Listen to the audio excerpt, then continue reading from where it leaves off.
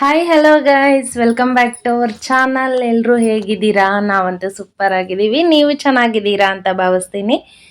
Guys, ಇವತ್ತು ಬೆಳಿಗ್ಗೆಯಿಂದನೇ vlog start ಮಾಡಿದ್ದೀನಿ. ಇವತ್ತಿನ ವ್ಲಾಗ್ ಏನಪ್ಪ ಅಂತ ಅಂದರೆ ಇವತ್ತೆಲ್ಲ ನನ್ನ ಡೇ ರೋಟೀನ್ ತೋರಿಸ್ತೀನಿ. ಅಂದರೆ ಇವತ್ತಿನ ದಿನ ಏನೆಲ್ಲ ಮಾಡ್ತೀನಿ ಅಂತ ಹೇಳಿ ವಿಡಿಯೋದಲ್ಲಿ ಇರುತ್ತೆ. ಹಾಗೆ ನಮ್ಮ ಪಕ್ಕದ ಮನೆಯವ್ರದ್ದು ಪೂಜೆ ಆಗೋಗಿದೆ ಗೈಸ್. ನಮ್ದು ಇನ್ನೂ ಏನಿಲ್ಲ, ಇನ್ನೂ ಕಸನೇ ಹೊಡೆದಿಲ್ಲ. ಹೇಮಂತ್ ಎದ್ಬಿಟ್ಟು ಈಗ ಆಚೆ ಬರ್ತಾವನೆ. ಅಂದರೆ ಅವ್ರದ್ದು ಪೂಜೆ ಆಗಿದೆ, ನಮ್ಮದು ಅಡುಗೆ ಆಗಿದೆ ಅಷ್ಟೇ.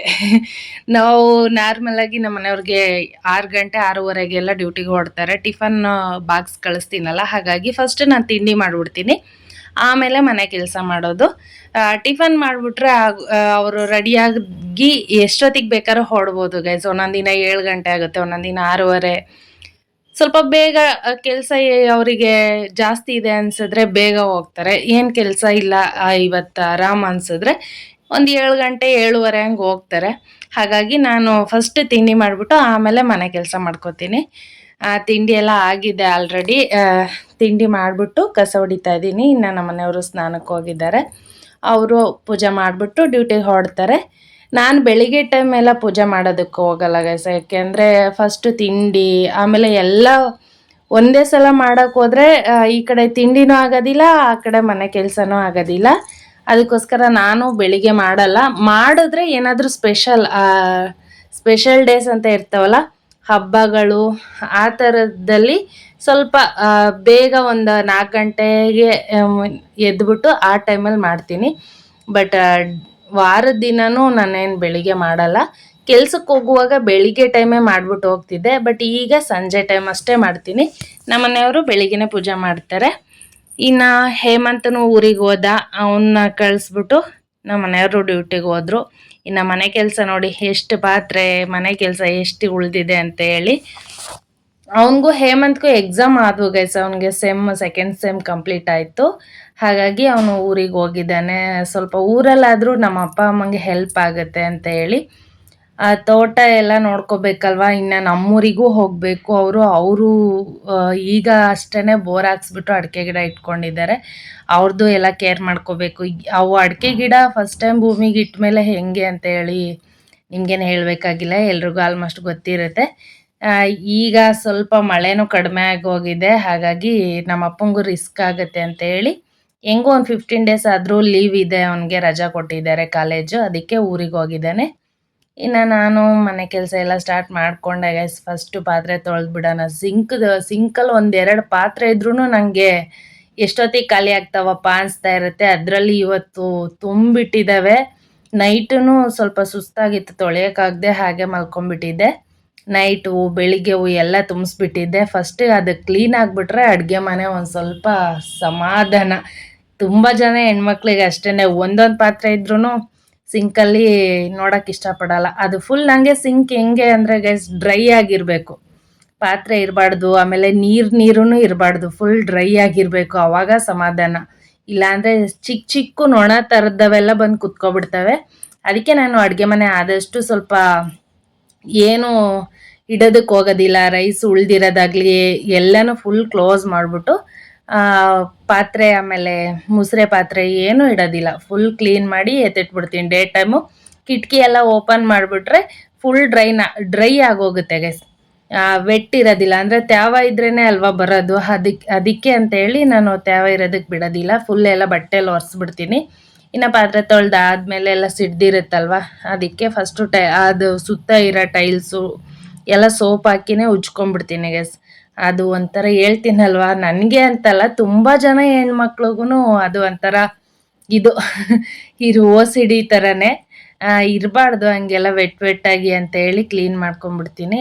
ನಾನು ಬೆಳಿಗ್ಗೆನೇ ಫಸ್ಟು ಎಲ್ಲ ಕ್ಲೀನ್ ಮಾಡ್ಕೊಬಿಡ್ತೀನಿ. ಒಂದೊಂದು ದಿನ ಮಾಡ್ತೀನಿ, ಒಂದೊಂದು ದಿನ ಬೇಜಾರಾದರೆ ಬೇರೆ ಕೆಲಸ ಏನಾದರೂ ಇದ್ದರೆ ಬೇರೆ ಕೆಲಸ ಮಾಡ್ಕೊಂಡ್ಬಿಡ್ತೀನಿ.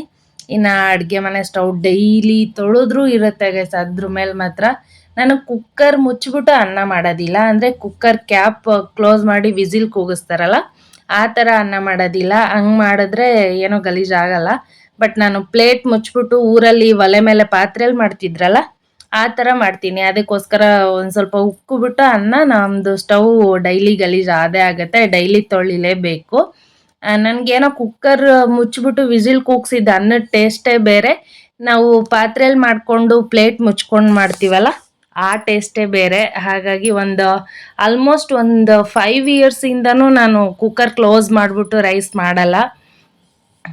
ಅದು ಫುಲ್ ನುಣ್ಣಗಾಗೋಗುತ್ತೆ. ನಾವು ಸ್ಟೋರ್ ಅಕ್ಕಿ ಅಲ್ವಾ, ರೇಷನ್ ಅಕ್ಕಿ ಅಂತ ಕರಿತೀವಲ್ಲ, ಅದ್ರಲ್ಲಿ ರೈಸ್ ಮಾಡ್ತೀನಿ. ಹಾಗಾಗಿ ನಾನು ಪ್ಲೇಟ್ ಮುಚ್ಚಿಬಿಟ್ಟು ಮಾಡೋದ್ರಿಂದ ಡೈಲಿ ಸ್ಟವ್ ತೊಳಿಲೇಬೇಕು. ನನ್ನ ಡೈಲಿ ರೋಟೀನಲ್ಲಿ ಇದು ಕಂಪಲ್ಸರಿ ಇದ್ದೇ ಇರುತ್ತೆ. ಪಾತ್ರೆ ಹೆಂಗೆ ತೊಳಿತೀನೋ ಹಾಗೆ ಸ್ಟವ್ ತೊಳಿಲೇಬೇಕು. ಇನ್ನು ಎಲ್ಲ ಕ್ಲೀನ್ ಆದಾಗ ಗೈಸ್ ಅಡುಗೆ ಮನೆ ಪಳ ಅಂತ ಹೊಳಿತಾ ಇರುತ್ತೆ. ಅದನ್ನ ನೋಡೋದೇ ಒಂದು ಖುಷಿ ನನಗೆ. ಒಂದು 2 ಮಿನಿಟ್ಸ್ ಆದರೂ ಎಲ್ಲ ಕಡೆ ನೋಡ್ಕೊಂಡು ನಿಂತ್ಕೊಬಿಡ್ತೀನಿ. ಎಲ್ಲ ಫುಲ್ ಕ್ಲೀನ್ ಆಗೋಗಿದೆ. ಈ ಥರ ಇದ್ದರೆ ಚಿಕ್ಕ ನೊಣಗಳು ಬರೋದಿಲ್ಲ ಗೈಸ್. ಇಲ್ಲ ಅಂದರೆ ನಮ್ಮ ಕಡೆ ಅವನ್ನ ಗುಂಗರಿ ಅಂತ ಕರಿತೀವಿ, ನಿಮ್ಮ ಕಡೆ ಎಲ್ಲ ಏನಂತ ಕರೀತಾರೆ ಅಂತ ಕಮೆಂಟ್ ಮಾಡಿ, ನನಗೂ ಗೊತ್ತಿಲ್ಲ. ಚಿಕ್ಕದಾಗೆ ನೊಣ ಥರ ಇರ್ತವೆ ಅವು. ಸ್ವಲ್ಪ ಮುಸ್ರೆ ಇದ್ರೂ ಬಂದುಬಿಡ್ತವೆ ಗೈಸ್. ಅಡುಗೆ ಮನೆ ಕ್ಲೀನ್ ಆಯಿತು. ಇನ್ನು ಹಾಲಿಗೆ ಬಂದರೆ ನೋಡಿ ಎಷ್ಟು ಧೂಳು ಕುಂತಿರುತ್ತೆ ಅಂದರೆ ನಮ್ಮ ಮನೆ ಹತ್ರ. ಅಂದರೆ ಹೊರ್ಗಡೆ ಎಲ್ಲ ಸ್ವಲ್ಪ ಫೀಲ್ಡ್ ಇರೋದ್ರಿಂದ ವೆಹಿಕಲ್ಸ್ ಎಲ್ಲ ಸ್ವಲ್ಪ ಜಾಸ್ತಿ ಓಡಾಡ್ತಾವೆ ನಮ್ಮ ರೋಡಲ್ಲಿ. ಹಾಗಾಗಿ ಹೆವಿ ಡಸ್ಟ್ ಬರುತ್ತೆ. ನಮ್ಮ ಮನೇಲೇ ಹಿಂಗ ಅಥವಾ ಇಡೀ ಬೆಂಗಳೂರಲ್ಲೇ ಹಿಂಗ ಅಂತಾನೆ ಗೊತ್ತಾಗೋದಿಲ್ಲ ನನಗೆ. ಯಾವ ಮನೆ ಇಲ್ಲಿ ಬೆಂಗಳೂರಿಗೆ ಬಂದು ಎಷ್ಟು ವರ್ಷ ಆಗಿದೆ ಗೈಸ್, ಎಷ್ಟು ಮನೆ ಚೇಂಜ್ ಮಾಡಿದ್ದೀನಿ. ಎಲ್ಲ ಮನೆಯಲ್ಲೂ ಡಸ್ಟೇ. ಎಲ್ಲ ಮನೆಯಲ್ಲೂ ಧೂಳು ಬರೋ ಅಂಥ ಮನೆಗೆ ಹೋಗಿದ್ದೀವೇನೋ ನಾವು ಅನಿಸುತ್ತೆ ನನಗೇನೆ. ಫಸ್ಟ್ ಗ್ರೌಂಡ್ ಫ್ಲೋರಲ್ಲಿದ್ದರೂ ಡಸ್ಟ್ ಬರುತ್ತೆ. ಆಮೇಲೆ ಫಸ್ಟ್ ಫ್ಲೋರ್, ಸೆಕೆಂಡ್ ಫ್ಲೋರ್, ಯಾವ ಫ್ಲೋರಲ್ಲಿದ್ದರೂ ಡಸ್ಟ್ ಗೈಸ್. ಈಗ ನಾವು ಸೆಕೆಂಡ್ ಫ್ಲೋರಲ್ಲಿ ಇದ್ದೀವಿ ಆದರೂ ಡಸ್ಟು. ಕೆಲವೊಬ್ರು ಹೇಳ್ತಾರೆ, ನೀವು ಅಷ್ಟು ಮೇಲಿದ್ದೀರಾ, ಧೂಳು ಹೆಂಗೆ ಬರುತ್ತೆ ನಿಮಗೆ, ಡೈಲಿ ಒರೆಸ್ತೀಯಾ ತೊಳಿತೀಯಾ ಅಂತ ಕೇಳ್ತಾರೆ. ಎಷ್ಟು ಮೇಲಿದ್ರೂ ಗಾಳಿ ಬಂದೇ ಬರುತ್ತೆ ಗೈಸ್. ಏಕೆ ಮೇಲ್ಗಡೆ ಇರೋರ್ಗೆ ಯಾರಿಗೂ ಗಾಳಿ ಬೇಡವಾ, ಬರೋದೇ ಇಲ್ವಾ? ಎಷ್ಟೇ ಮೇಲಿರಲಿ ಡಸ್ಟ್ ಬಂದೇ ಬರುತ್ತೆ. ಆದರೆ ಸ್ವಲ್ಪ ಕಡಿಮೆ, ಕೆಳಗಡೆ ಮನೆಗೆ ಕಂಪೇರ್ ಮಾಡಿದ್ರೆ ಮೇಲ್ಗಡೆ ಮನೆಗೆ ಸ್ವಲ್ಪ ಕಡಿಮೆ ಇರುತ್ತೆ ಧೂಳು. ಆದರೂ ನಮ್ಮ ಮನೆಗೆ ಮಾತ್ರ ಹೆವಿ ಧೂಳು ಬರ್ತಾನೆ ಐತೆ. ಅಷ್ಟು ಕಡಿಮೆ ಅಂತ ಅಂದ್ಕೊತೀನಿ. ಡೈಲಿ ಒರೆಸಿದ್ರು ಇದ್ದೇ ಇರುತ್ತೆ. ಆದರೂ ನಾನು ಡೈಲಿ ಎಲ್ಲ ಏನು ಒರೆಸೋದಕ್ಕೆ ಹೋಗಲ್ಲ ಗೈಸ್. ಯಾವಾಗ ನೆಲ ಒರೆಸ್ತಾ ಇರ್ತೀನಲ್ಲ ಅವಾಗಷ್ಟೇ ವಿಂಡೋಸು, ಆಮೇಲೆ ಕೆಳಗಡೆ ಟಿ ವಿ ಸ್ಟ್ಯಾಂಡು, ಈ ಥರ ಎಲ್ಲ ಒರೆಸ್ಕೋತಾ ಇರ್ತೀನಿ ಗೈಸ್. ನಾನು ಏನಾದರೂ ಬೇಗ ಕೆಲಸ ಆಗಲಿ ಅಂತೇಳಿ ಮಾಡುವಾಗಲೇ ಇಂಥ ಎಡವಟ್ ಆಗೋದು. ನಾನು ಒಂದು ಕಡೆ ಮಾಪಲ್ಲಿ ಒರೆಸ್ತಾ ಇದ್ದೀನಿ, ಒಂದು ಕಡೆ ವಿಂಡೋ ಬಟ್ಟೆಲಿ ಒರೆಸ್ಕೋತಾ ಇದ್ದೀನಿ. ಅದು ಮಾಪಲ್ಲೇ ಒರೆಸ್ತಾ ಇದ್ದೆ, ಬಟ್ ಅದು ಮುರಿದೇ ಹೋಯ್ತು ಗೈಸ್. ನೋಡಿ, ಈ ಮನೆಗೆ ಬಂದಾಗಿಂದ 2 ಮಾಪ್ ಮುರಿದಾಕ್ಬಿಟ್ಟಿದ್ದೀನಿ. ಇನ್ನು ನಮ್ಮ ಮನೆಯವ್ರಿಗೂ ಎಷ್ಟು ಮಾಪ್ ಮುರಿತೀಯ, ನೆಲ ಒರೆಸೋದೆ ತಾನೇ, ಅದೇನು ಸ್ಮೂತಾಗಿ ಆಗುತ್ತೆ ಅಂತ ಹೇಳ್ತಾರೆ. ಬಟ್ ನೋಡಿ, ಎರಡು ಇಲ್ಲೇ ಬಿದ್ದಿದ್ದಾವೆ. ಒಂದಕ್ಕೆ ಕಡ್ಡಿ ಇಲ್ಲ, ಒಂದಕ್ಕೆ ಅದ್ರದ್ದು ಹಿಡ್ಕೊಳ್ಳೋ ಹೋಲ್ಡರೇ ಇಲ್ಲ, ಆ ಥರ ಆಗಿಬಿಟ್ಟಿದೆ. ಇನ್ನು ಲಾಸ್ಟಿಗೆ ಬಟ್ಟೆಲೇ ಎಲ್ಲ ಒರೆಸ್ಕೊಂಬಿಟ್ಟು ನಾನು ಫ್ರೆಶ್ ಅಪ್ ಆಗಿ ನಮ್ಮ ಮನೆಯವ್ರು ಬರೋ ಟೈಮ್ ಆಯಿತು. ಅಡುಗೆ ಮಾಡ್ತಾಯಿದ್ದೀನಿ. ನಮ್ಮ ಕಡೆ ಮಸ್ಕಾಯಿ ಅಂತ ಕರಿತೀವಿ ಗೈಸ್, ಸಾಂಬಾರು ಮಸ್ಕಾಯಿ ಮಾಡ್ತಾಯಿದ್ದೀನಿ. ಹಾಗೆ ಆಂಧ್ರ ಕಡೆ ಎಲ್ಲ ಪಪ್ಪು ಅಂತಾರಲ್ಲ ಗೈಸ್, ಪಪ್ಪು. ಕರ್ನಾಟಕದಲ್ಲಿ ಏನಂತಾರೋ ಗೊತ್ತಿಲ್ಲ. ನಮ್ಮದು ಆಂಧ್ರ ಕರ್ನಾಟಕ ಬಾರ್ಡರ್ ಆಗಿರೋದ್ರಿಂದ ಸ್ವಲ್ಪ ಕನ್ನಡ, ಸ್ವಲ್ಪ ತೆಲುಗು ಎರಡು ಮಿಕ್ಸ್ ಇರುತ್ತೆ. ಮಸ್ಸೊಪ್ಪನ್ನ ಹೆಂಗೆ ಮಸ್ಸೊಪ್ಪು ಅಂತೀವಲ್ಲ ಹಾಗೆ ಬದನೆಕಾಯಿ, ಟೊಮೊಟೊ, ಬೇಳೆ ಹಾಕಿ ಮಸಿಯೋದನ್ನು ಮಸ್ಕಾಯಿ ಅಂತ ಕರಿತೀವಿ. ಅದನ್ನು ಮಾಡ್ತಾಯಿದ್ದೀನಿ. ಆಲ್ರೆಡಿ ಕೂಗ್ಸಿದ್ದೆ ನಾನು, ವಿಜಿಲ್ ಹಾಕ್ಸಿದ್ದೆ 1-2 ಕುಕ್ಕರಲ್ಲಿ, ಬೆಂದಿದ್ದಾವೆ. ಅದನ್ನು ಫಸ್ಟು ನೀರೆಲ್ಲ ಬಸ್ದ್ಬಿಟ್ಟು ಚೆನ್ನಾಗಿ ಮಸ್ತು ಒಗ್ಗರಣೆ ಇಡೋದು ಅಷ್ಟೇ. ಜಾಸ್ತಿ ಟೈಮು ಏನು ತೊಗೊಳೋದಿಲ್ಲ, ಇದು ಬೇಗ ಆಗುತ್ತೆ ಸಾಂಬಾರು. ಇನ್ನೊಂದು ನಮ್ಮ ಮನೆಯವ್ರಿಗೆ ಇದು ಫೇವ್ರೇಟ್ ಸಾಂಬಾರು ಗೈಸ್. ಅವಾಗೆಲ್ಲ ಅವರು ಬ್ಯಾಚುಲರ್ ಆಗಿದ್ದಾಗ ಆಲ್ಮೋಸ್ಟ್ ಬೇಗ ಆಗುತ್ತೆ ಅಂತೇಳಿ ಇದೇ ಸಾಂಬಾರೇ ಮಾಡ್ತಿದ್ರಂತೆ. ಜಾಸ್ತಿ ನೀರು ಹಾಕ್ಬಿಟ್ರೆ ತೆಳ್ಳುಗೆ ಅದೇ ಚೆನ್ನಾಗಿರುತ್ತೆ. ಒಂದು 2 ಡೇಸ್ ಆದರೂ ಇಟ್ಕೊಂಡು ಊಟ ಮಾಡ್ಬೋದು. ನಾನು ಹಂಗೆಲ್ಲ ಏನು ಜಾಸ್ತಿ ಮಾಡೋದಿಲ್ಲ. ಇಬ್ಬರೇ ಇರೋದು, ಹೇಮಂತನೂ ಊರಿಗೆ ಹೋಗಿರೋದ್ರಿಂದ ಸ್ವಲ್ಪ ಗಟ್ಟಿಗೆ ಮೀಡಿಯಮ್ ಆಗಿ ಇರೋ ಥರ ಮಾಡ್ತೀನಿ. ನಾನು ಬಂದ ಮೇಲೆ 1-2 ಟೈಮ್ಸ್ ಅಷ್ಟೇ ಸಾಂಬಾರು. ಮಧ್ಯಾಹ್ನ ಮಾಡಿದ್ದು ಸಂಜೆ ಮಾಡಿದ್ದು ಬೆಳಿಗ್ಗೆಗೆ ಅಷ್ಟೇ ಮುಗ್ದೋಗ್ಬಿಡ್ತಾ ಇರ್ತಿತ್ತು. ಅವರು ಮದುವೆಗೆ ಮುಂಚೆ ಆದರೆ 1 or 2 ಡೇಸ್ ಇಟ್ಕೊಂಡು ಊಟ ಮಾಡೋ ಥರ ಮಾಡ್ಕೊಳ್ಳೋರು. ಗಂಡು ಮಕ್ಕಳೇ ಹಾಗೆ ಅಲ್ವಾ, ಡೈಲಿ ಯಾರು ಅಡುಗೆ ಮಾಡ್ತಾರೆ? 1 ದಿನ ಮಾಡಿದ್ದು 2 ದಿನ ಊಟ ಮಾಡಿದ್ರಾಯ್ತು ಅನ್ನಂಗೆ. ಇನ್ನು ನೋಡಿ, ಅದನ್ನು ಮಸಿದ್ಬಿಟ್ಟು ಒಗ್ಗರಣೆ ಹಾಕಬೇಕು ಗೈಸ್. ನನಗೆ ಒಂದೊಂದು ಕಡೆ ಮಸಿಯೋದಿಲ್ಲ, ಮಸೊಪ್ಪು ಮಿಕ್ಸಿಗೆ ಹಾಕ್ಬಿಡ್ತಾರೆ. ನನಗೆ ಅದು ಊಟ ಮಾಡೋದಕ್ಕೆ ಆಗೋದಿಲ್ಲ ಗೈಸ್. ನಮ್ಮ ಕಡೆ ಎಲ್ಲ ಮಸಿತೀವಿ. ಸ್ವಲ್ಪ ಅದು ಕಾಯಿ ಸೊಪ್ಪು ಎಲ್ಲ ಸಿಗಬೇಕು. ಫುಲ್ ನುಣ್ಣಗೆ ಮಿಕ್ಸಿಗೆ ಹಾಕ್ಬಿಟ್ರೆ ಅದು ಬಸ್ಸಾಂಬಾರು ಮಾಡ್ತೀವಲ್ಲ ಗೈಸ್, ಅದು ಬಸ್ಸಾರು ಅಂತಾರಲ್ಲ, ಖಾರ ರುಬ್ಬಿ ಮಾಡ್ತೀವಲ್ಲ ಆ ಥರ ಬಸ್ಸಾರು ಥರ ಕಾಣುತ್ತೆ. ಮಸ್ಸೊಪ್ಪು ಅನ್ಸೋದೇ ಇಲ್ಲ, ಮಸ್ಕಾಯಿ ಅನ್ಸೋದು ಇಲ್ಲ ನನಗೆ. ಸೊ ಈ ಥರ ಮಸದ್ ಮಾಡಿದ್ರೇ ಟೇಸ್ಟು. ಇನ್ನು ಒಗ್ಗರಣೆ ಹಾಕ್ತಾ ಇದ್ದೀನಿ. ಒಗ್ಗರಣೆಗೆ ನಾರ್ಮಲ್ ನೀವೆಲ್ಲ ಏನೆಲ್ಲ ಹಾಕ್ತೀರೋ ಅದೇ, ನಾನು ಏನು ಎಕ್ಸ್ಟ್ರಾ ಎಲ್ಲ ಏನು ಆ್ಯಡ್ ಮಾಡೋಕ್ಕೆ ಹೋಗೋದಿಲ್ಲ. ಎಲ್ರಿಗೂ ಗೊತ್ತಿರುತ್ತೆ ಯಾವ ಥರ ಸಾಂಬಾರು ಮಾಡೋದು ಅಂತ. ಇನ್ನು ಯಾರಿಗಾದ್ರೂ ಇದು ಈ ಮಸ್ಕಾಯಿ ಅಂದರೆ ಏನು ಗೊತ್ತಿಲ್ಲದೆ ಇರೋರು ಇರ್ತಾರಲ್ಲ, ಬಟ್ ಅವ್ರಿಗೆ ಏನಾದರೂ ಇದ್ರ ರೆಸಿಪಿ ಬೇಕು ಅಂದರೆ ಕಮೆಂಟ್ ಮಾಡಿ. ನಾನು ಖಂಡಿತ ಇನ್ನೊಂದ್ಸಲ ಮಾಡುವಾಗ ನಿಮಗೆ ವಿಡಿಯೋ ಮಾಡಿ ತೋರಿಸ್ತೀನಿ ಯಾವ ಥರ ಮಾಡೋದು ಅಂತ. ಇದಕ್ಕೆ ಜಾಸ್ತಿ ಇಂಗ್ರೀಡಿಯೆಂಟ್ಸ್ ಎಲ್ಲ ಏನು ಬೇಕಾಗಲ್ಲ. ಬೇಳೆ, ಟೊಮೊಟೊ, ಬದನೆಕಾಯಿ, ಆಲೂಗಡ್ಡೆ ಬೇಕು ಅಂದರೆ ಹಾಕ್ಕೋಬೋದು, ಇಲ್ಲಾಂದರೆ ಆಪ್ಷನಲ್ ಅಷ್ಟೇ. ಹಸಿಮೆಣ್ಸಿನ್ಕಾಯಿ, ಅದು ಇಲ್ಲ ಅಂದರೆ ಖಾರದ ಪುಡಿ. ಈಸಿಯಾಗಿ ಆಗೋಗುತ್ತೆ ಗೈಸ್ ಈ ಸಾಂಬಾರು. ಅದಕ್ಕೆ ನಾನು ಸ್ವಲ್ಪ ಆಲ್ಮೋಸ್ಟ್ ವಾರಕ್ಕೆ 1 ಸಲ 2 ಸಲ ಆದರೂ ಈ ಸಾಂಬಾರು ಮಾಡ್ತೀನಿ. ನಮ್ಮ ಮನೆಯವ್ರಿಗೆ ಬೋರ್ ಆಗಿಬಿಡ್ಬೇಕು ನಾನು ಮಾಡೋ ಅಡುಗೆ ನೋಡಿ, ಆ ಥರ ಆಗೋಗುತ್ತೆ. ಮಾಡಿದ್ರೆ ಒಂದೇ ಥರದ್ದು ಮಾಡ್ತೀಯ, ಬೇರೆ ಏನಾದರೂ ಮಾಡು ಅಂತ ಹೇಳ್ತಾ ಇರ್ತಾರೆ. ನೋಡಿ ಈ ಥರ ಇದೆ ಸಾಂಬಾರು. ಕಲರ್ ನೋಡಿದ್ರೆ ಎಷ್ಟು ಟೇಸ್ಟ್ ಇದೆಯಪ್ಪ ಅನಿಸುತ್ತೆ. ಚೆನ್ನಾಗಿದೆ, ಆದರೂ ಏನು ಇದಾಗಿಲ್ಲ. ಇನ್ನು ಊಟ ಎಲ್ಲ ಮಾಡಿಕೊಂಡು ಸ್ವಲ್ಪ ಹೊತ್ತು ರೆಸ್ಟ್ ಮಾಡಿ ಬಟ್ಟೆ ಎಲ್ಲ ಮಿಷಿನ್ಗೆ ಹಾಕಿದ್ದೆ. ಒಣಗಿದ್ದು ಆಲ್ಮೋಸ್ಟ್ ಡ್ರೈ ಆಗಿರ್ತೇವೆ. ಸ್ವಲ್ಪ ಹೊತ್ತು ಗಾಳಿಗೆ ಹಾಕೋಣ ಅಂತ ಹೇಳಿ ಎಲ್ಲ ಹಾಕ್ತಾಯಿದ್ದೀನಿ. ಹೇಮಂತ್ ಇನ್ನು ಊರಿಗೆ ಹೋದ್ನಲ್ವ, ಅವನದೇ ಇದು ಕೆಲಸ. ನಾನೇನು ಒಣಗಾಕ್ತಾ ಇರಲಿಲ್ಲ. ಅವನೇ ಮಿಷಿನ್ಗೆ ಹಾಕಿರೋದೆಲ್ಲ ಬಟ್ಟೆ ಒಣಗಾಕೋದು, ಮಡ್ಚಿಡೋದು ಎಲ್ಲ ಮಾಡ್ತಿದ್ದ. ಬಟ್ ಅವನು ಊರಿಗೆ ಹೋಗಿರೋದ್ರಿಂದ ನಾನೇ ಮಾಡಬೇಕು. ಇವತ್ತು ಬೆಳಿಗ್ಗೆಯಿಂದ ಗೈಸ್ ಮೋಡ ಕವಿದ ವಾತಾವರಣ. ನಾನು ಯಾವತ್ತು ವಿಡಿಯೋ ಮಾಡಬೇಕು ಅಂದ್ಕೊತೀನೋ ಅವತ್ತು ಬಿಸಿಲೇ ಇರೋದಿಲ್ಲ, ಅದೇನೋ ಗೊತ್ತಿಲ್ಲ. ಮೋಡ ಮುಚ್ಕೊಂಡೇ ಇರುತ್ತೆ, ಬಿಸಿಲೇ ಬರ್ತಾ ಇಲ್ಲ. ಫುಲ್ ಒಂಥರ ಹೆಂಗೆ ಅಂದರೆ ಬಿಸಿಲು ಇಲ್ಲ, ಮೋಡನೂ ಇಲ್ಲ ಅನ್ನಂಗೆ. ಗಾಳಿ ಅಂದರೆ ಗಾಳಿ ಗೈಸ್. ಇನ್ನೂ ಆಷಾಢನೇ ಸ್ಟಾರ್ಟ್ ಆಗಿಲ್ಲ, ಎಷ್ಟು ಗಾಳಿ ಬರ್ತಾ ಇದೆ ಅಂದರೆ ನಮ್ಮ ಮನೆ ಹತ್ರ ಹೆವಿ ಗಾಳಿ. ಅಲ್ಲಿ ನಿಮಗೆ ಕಾಣ್ತಾ ಇರ್ಬೋದು, ಅಲ್ಲಿ ಮರಗಳೆಲ್ಲ ಅಲ್ಲಾಡ್ತಾ ಇದ್ದಾವೆ. ತೆಂಗಿನ ಮರ ಏನು ಅಲ್ಲಾಡ್ತಾ ಇಲ್ಲ ಗೈಸ್, ಅದು ಹೆವಿ ಗಾಳಿ ಬಂದಾಗ ನನಗೂ ನಿಂತ್ಕೊಳ್ಳೋಕ್ಕಾಗೋದಿಲ್ಲ. ಅಷ್ಟು ಗಾಳಿ ಬೀಸಿದಾಗ ತೆಂಗಿನ ಮರ ಎಲ್ಲ ಅಲ್ಲಾಡ್ತಾ ಇರುತ್ತೆ. ಈಗ ಸ್ವಲ್ಪ ತಂಗೆ ಸೈಲೆಂಟಾಗಿದೆ ಗೈಸ್. ಗಾಳಿ ಇಲ್ಲ ಅಂದರೆ ಅದ್ರ ಅಬ್ಬರ ತೋರಿಸ್ಬಿಟ್ರೆ ಇಲ್ಲಿ ನಿಂತ್ಕೊಳ್ಳೋಕ್ಕೂ ಆಗೋದಿಲ್ಲ, ಅಷ್ಟು ಗಾಳಿ ಬೀಸ್ತಾ ಇರುತ್ತೆ.